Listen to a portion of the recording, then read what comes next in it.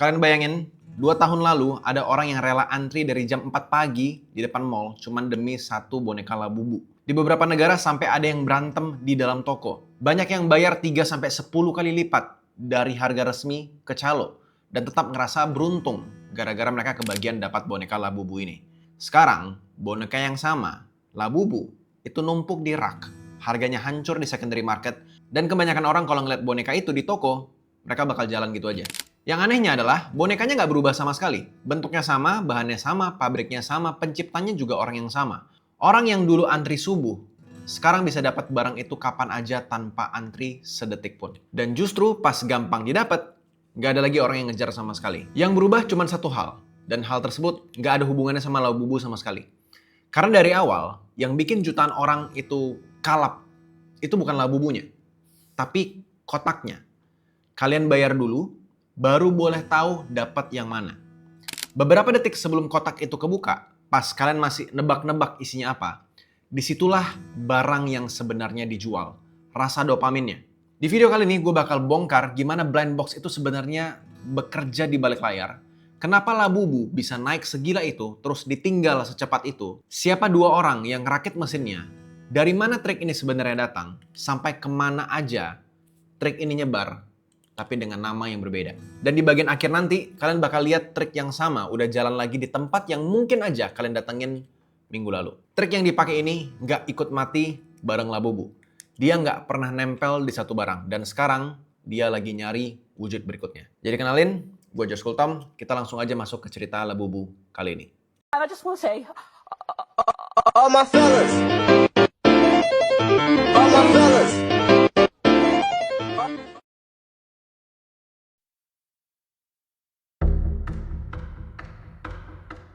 Ceritanya ini dimulai dari ilustrator bernama Ka-Sing Lung.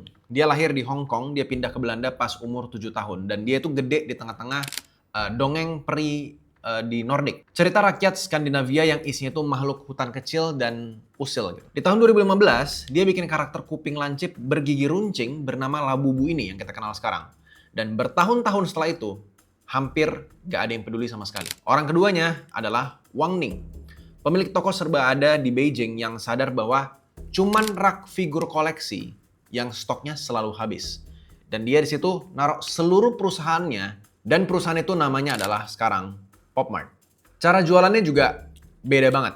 Bayar dulu baru boleh tahu dapat karakter yang mana. Dan di setiap seri punya satu versi rahasia yang peluangnya itu kecil banget buat didapetin. Dan dengan mekanisme itu, kotak ini populer. Karena orang-orang mulai ngerekam dirinya sendiri lagi buka kotak tersebut.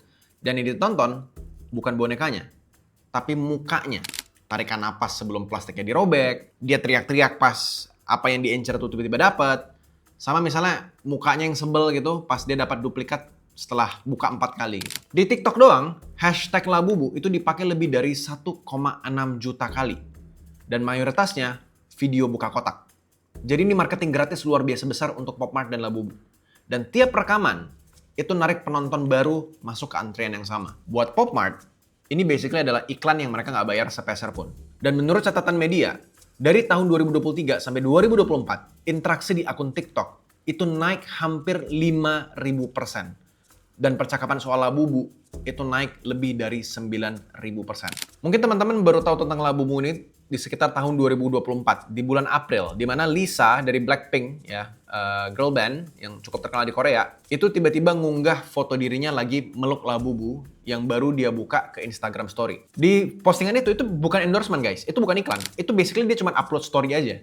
Habis itu ada Rihanna ikut-ikutan, ada Kim Kardashian juga ikut-ikutan, dan yang sebelumnya cuma barang biasa, tiba-tiba jadi barang-barang buruan. Sepanjang tahun 2024, pendapatan PopMart naik 2 kali lipat.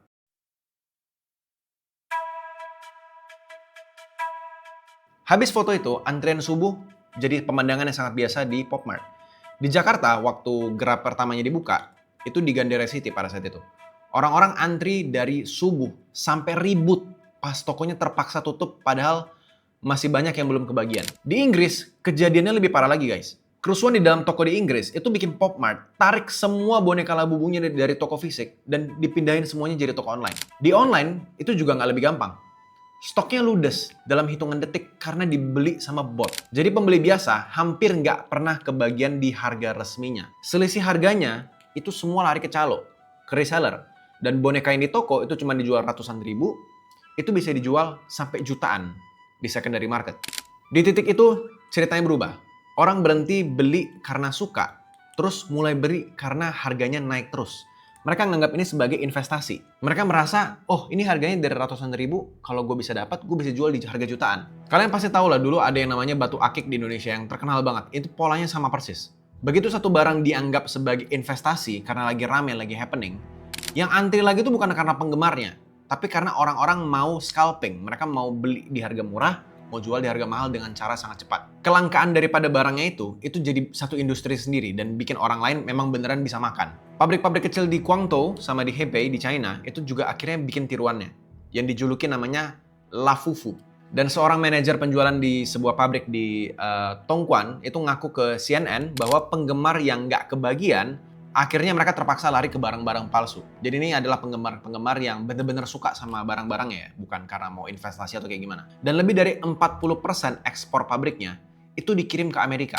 Ada juga varian yang bahkan nggak mencoba nyamar jadi asli. Namanya adalah La Coco. Dia bisa nyanyi, dia bisa nari, bisa gerak-gerak lah intinya. Kupingnya juga bisa nyala-nyala. Dan dijual sekitar 40 ribuan rupiah. Jauh banget sama harga Labubu yang asli. Dan lucunya adalah yang akhirnya ngerem semua kegilaan ini, itu bukan sesuatu yang datang dari luar Labubu. Malah dari dalam perusahaannya sendiri. Perusahaan yang bikin barangnya aslinya.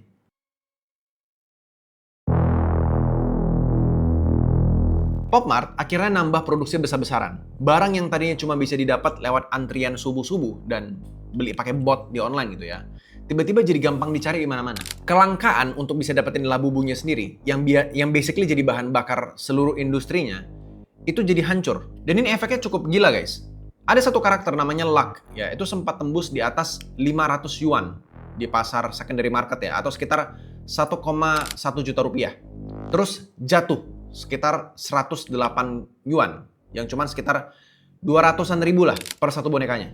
Beberapa karakter di seri yang sama malah bisa lebih murah lagi di pasar secondary market dibanding harga di toko resminya.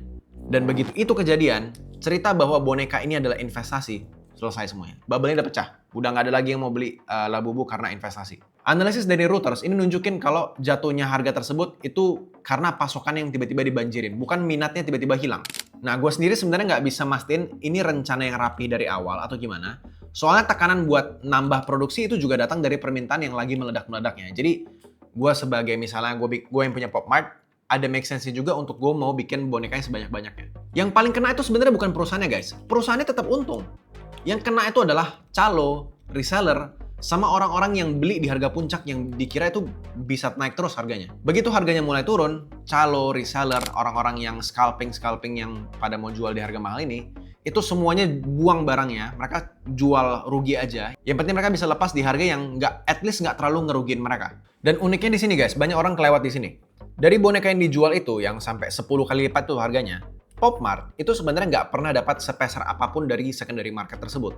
Karena duitnya cuma muter di antara pembeli, sama calo, sama orang-orang yang mau scalping tadi itu. Jadi walaupun banyak banget harga yang digoreng-goreng di pasar, Popmart nggak dapat apa-apa. Satu industri Labubu ini tiba-tiba langsung hancur. Nah, yang habis itu guys, perhatian orangnya, bukan mesinnya sebenarnya.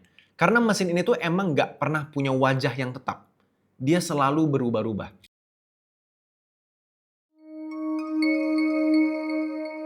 Teman-teman perlu tahu, blind box itu tuh bukan penemuan daripada Popmart. Nenek moyangnya dari blind box itu adalah kartu trading. Ya. Akhir tahun 1800-an, kartu yang ada gambarnya itu diselipin di dalam bungkus rokok dulunya. Cuman buat bikin kemasan itu jadi makin keras. Jadi biar rokoknya itu nggak penyet lah istilahnya. Nah, pabrik rokok itu cepat sadar bahwa ketika ini dirilis, kok banyak orang yang ngeburu gambar-gambar tersebut. Dan akhirnya mereka mulai bikin serinya dan sengaja dibikin acak-acakan. Jadi lu nggak tahu lu bakal dapat kartu yang mana, tapi lu harus beli rokoknya. Lalu industri pindah ke anak-anak. Dan ini terjadi lewat satu permen karet ya. Dan kalau kalian ingat dulu pas kecil, ya mungkin Gen Z kayak gue ingat, ada dulu kartu-kartu Power Ranger, kartu-kartu yang lain-lain. Ada juga Tazos ya dari bungkusan jajanan waktu SD. Itu sebenarnya kita udah pernah masuk ke dalam mesin ini sebenarnya. Nah di tahun 1950, Perusahaan Topps itu mulai nyelipin kartu ke bungkus permen karet. Dan di tahun 1952, mereka bikin set kartu baseball. Kartu baseball modern lengkap, ada statistik pemainnya, segala macamnya. Dan salah satu kartu dari set itu, namanya kartu Mickey Mantle bernomor 311. Itu terjual 12,6 juta dolar pada Agustus 2022. Kartu yang dulu didapat sama bocah dari bungkusan permen sekitar 5 sen pada zamannya. Lalu akhirnya versi kotak, versi mainan, itu lahir di Jepang di tanggal 17 Februari 1965. Seorang pedagang bernama Ryuzo Shigeta itu naruh mesin koin di tokonya di kawasan Kuramae di Tokyo.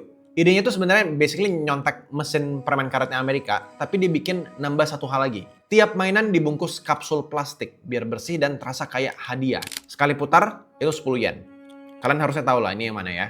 Nah di tahun 1977, Bandai ya masuk ke bisnis ini dan ngedaftarin merek Gashapon. Dan mesin kapsul berubah dari jajanan pinggir jalan, sekarang jadi industri besar. Kita sekarang bisa lihat di mana-mana. Misalnya kayak di Mall Aeon itu juga udah banyak banget. Dan akhirnya pindah dari benda fisik, pindah ke layar. Di game, mekanik yang sama persis jalan dan disebut sekarang sebagai gacha sama semua orang. Bedanya kali ini nggak ada lagi pabrik, nggak ada lagi ongkos kirim, nggak ada sama sekali dan batas stoknya tuh basically unlimited. Kita balik lagi ke China, tempat pertama kali Labubu ini lahir. Dan setelah gue riset, tampaknya gue menemukan a bright side.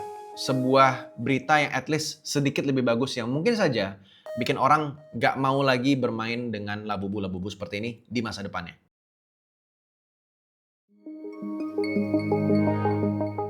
Di bulan Juni 2023, pemerintah China ngeluarin pedoman khusus buat industri blind box. Isinya, peluang dapat versi rahasia itu wajib diumumin sebelum akhirnya orang bayar. Dan penjualan ke anak 8 tahun ke bawah itu dilarang. Dan umur 8 sampai 17 tahun itu harus dapat izin orang tua. Nah di Februari 2026, ini gilirannya Singapura. Pemerintahnya lagi nyusun aturan yang mewajibkan peluang isi kotaknya diumumin. Dan menterinya ngomong langsung ke parlemen bahwa formatnya itu basically dianggap seperti berjudi. Ngajak orang untuk berjudi. Nah di Indonesia ini aturannya belum ada sama sekali, cuman ada tersentuh di bagian sisi digitalnya, di mana mulai tahun 2026, game itu wajib punya label klasifikasi usia. Dan akses anak di bawah 16 tahun ke platform tersebut beresiko sangat tinggi untuk dibatasin. Cuman ya kita tahu sendiri lah, anak-anak zaman sekarang kalau dikasih HP mah tetap bisa akses aja ya, kayak nggak ada yang peduli. Satu-satunya yang bisa ngelanggar itu adalah orang tuanya sendiri. Sekarang kita buat kesimpulannya. Banyak calo yang akhirnya nyangkut sama stok yang nggak laku sama sekali. Dan perusahaan yang ngerakit kotaknya, yang bikin mainannya, itu malah ngantongin laba sekitar 1,9 miliar dolar sepanjang tahun lalu. Dan kalau kita ngomongin soal blind box dan konsep daripada dopamin ketika mau membuka kotak itu, wujud berikutnya sebenarnya juga udah jalan. Kartu-kartu koleksi yang kita lagi lihat sekarang, yang dijual bahkan sampai ada toko-toko fisiknya, ya sekarang lagi rame banget dan bahkan harganya bisa sampai miliaran per satu kartunya. Ya bedanya sama Labubu, kali ini tuh kartu tersebut emang beneran langka dan nggak bisa diproduksi lagi sama perusahaan aslinya, Pokemon. Dan mungkin aja emang sebagian harganya mungkin bakal tetap tinggi di masa depan. Cuman nggak ada satu orang pun yang bisa mastiin sampai kapan ini terus ada. Tiap gelombangnya cuman ganti barang dan ganti nama. Tapi yang ngantri untuk beli barangnya somehow orangnya selalu itu lagi, itu lagi. Kalau kalian tertarik sama nonton video gue yang lainnya, kalian bisa cek video kiri kanan ini. Kita ketemu lagi di video selanjutnya. Bye-bye guys.